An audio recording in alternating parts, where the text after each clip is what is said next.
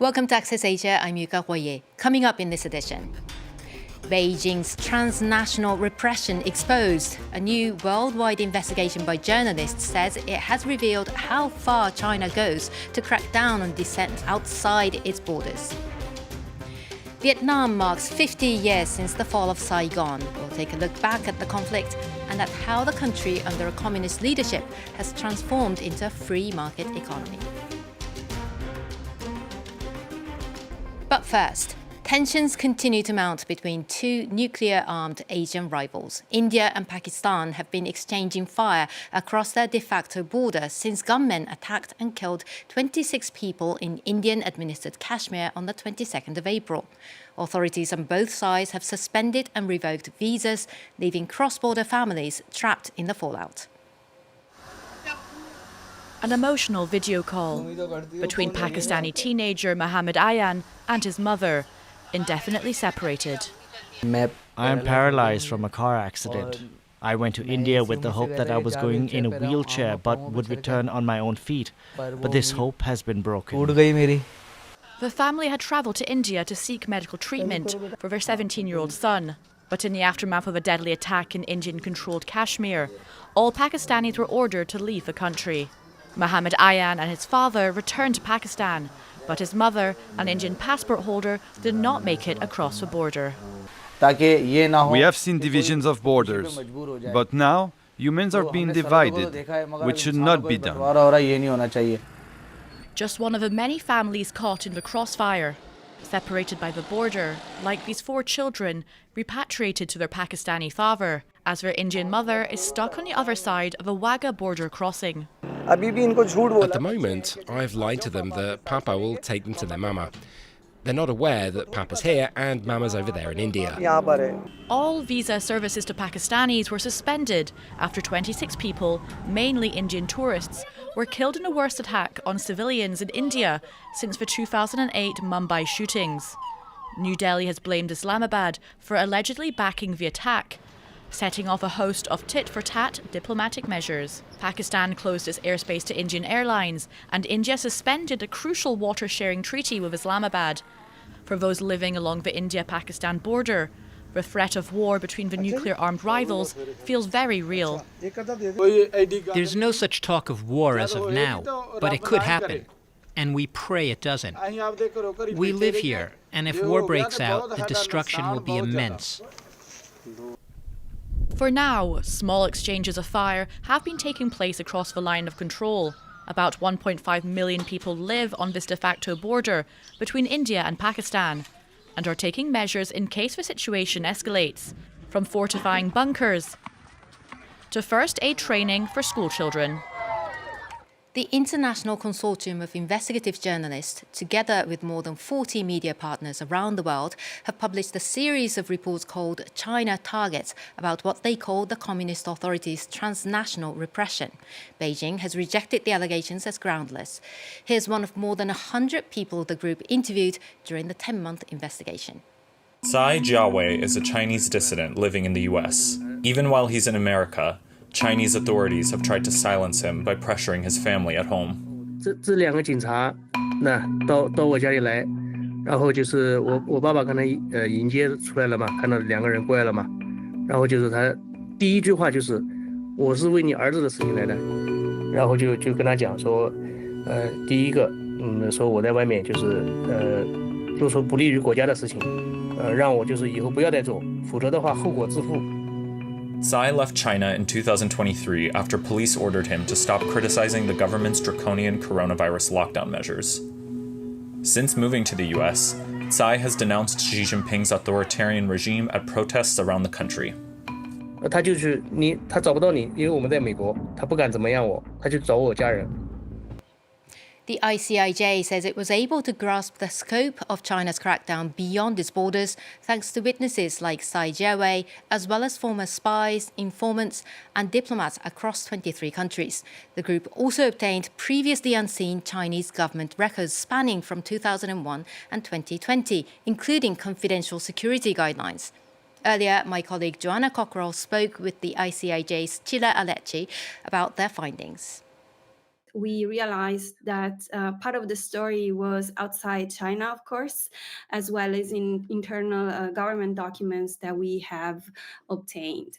The documents show that some of the tactics employed today by Chinese authorities to go after dissidents were actually codified in domestic security guidelines years ago, guidelines that were intended to control and monitor people considered domestic security threats, and which explain how authorities should put pressure on family members, should cut funding for anyone who could talk negatively against the regime.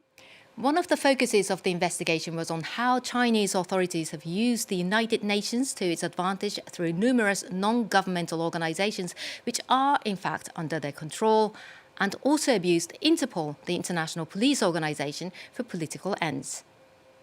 So Interpol is obviously the largest police organization. It's basically a mechanism for law enforcement around the world to cooperate, but it does not have, it's not a law enforcement agency per se. So they have to rely on the information that their member countries give them to operate.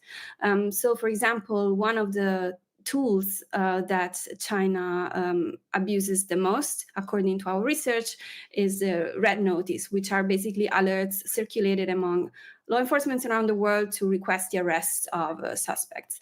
The problem is that though Interpol has a task force that screened the red notice requests before authorizing them and putting them in their databases for everyone in their member countries to see, they do not investigate the merits of these red notice requests. That means that if Chinese authorities, for example, have a very complex dossier alleging financial crimes and very complex crimes against the target, it will be very difficult for Interpol to find whether the allegations are false or not, and they would in the meantime circulate these alerts. China's efforts to quell protests outside the country extended to many advanced democracies such as France, Ireland and New Zealand, as those countries looked the other way. China's transnational repression is not a new phenomenon. It's been there for maybe 2 decades, so even before Xi Jinping became president, but it has certainly increased since he rose to power more than a decade ago. And the problem was that for a long time, democracies were not really paying attention to this phenomenon.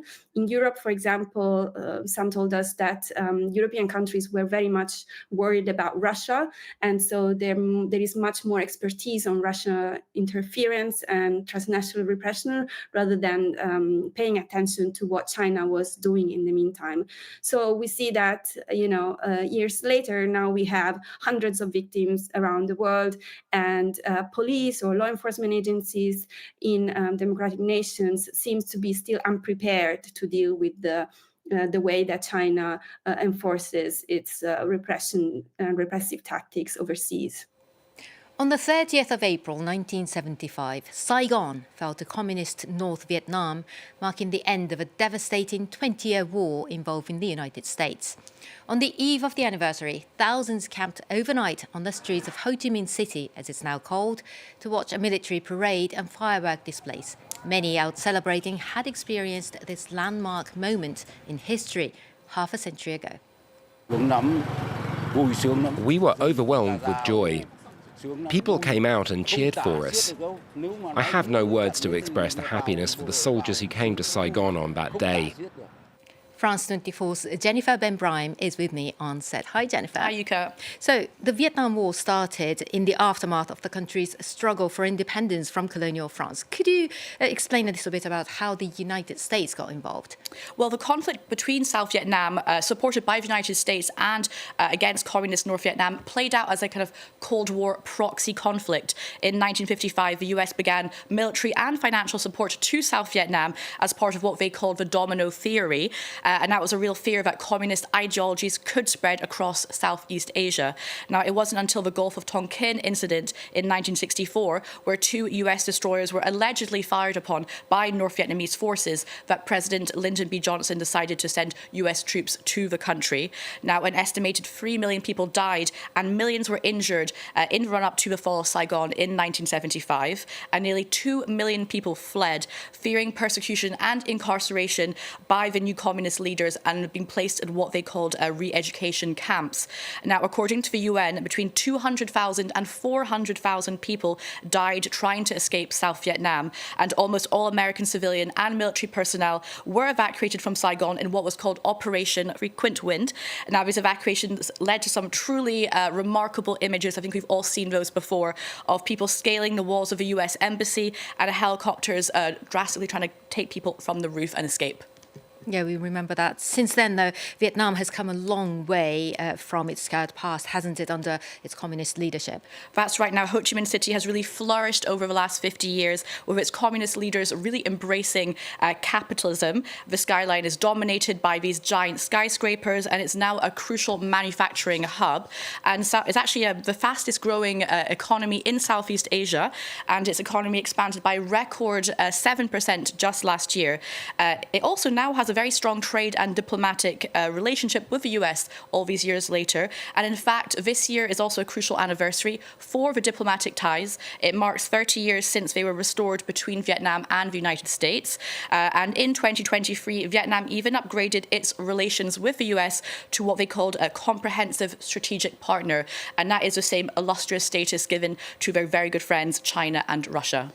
But that relationship with the United States has come under renewed strain, hasn't it, with Donald Trump in the White House? That's right. Vietnam's booming economy, as we just discussed, is at risk due to threats by Trump to impose a 46% tariff on exports to the United States. And now Trump's decision to also cut US aid has a direct impact on the years-long policy by the US to kind of make up for some of the darker war legacies. And that includes the use of Agent Orange. And that led to the contamination of 3 million people, mainly children, who continue to suffer to this day from health problems, and cuts to that could jeopardize assistance to these victims. And one other project is one called Project Renew that has been supported by the United States, and that's where they try to deal with the unexploded landmines that are scattered across the Vietnamese countryside. And actually 8,600 casualties have been recorded since 1975, and so these efforts are now all at risk. Fascinating insight. Thank you, Jennifer, for that. And that's all for this edition of Access Asia. Thanks for watching, and see you next time.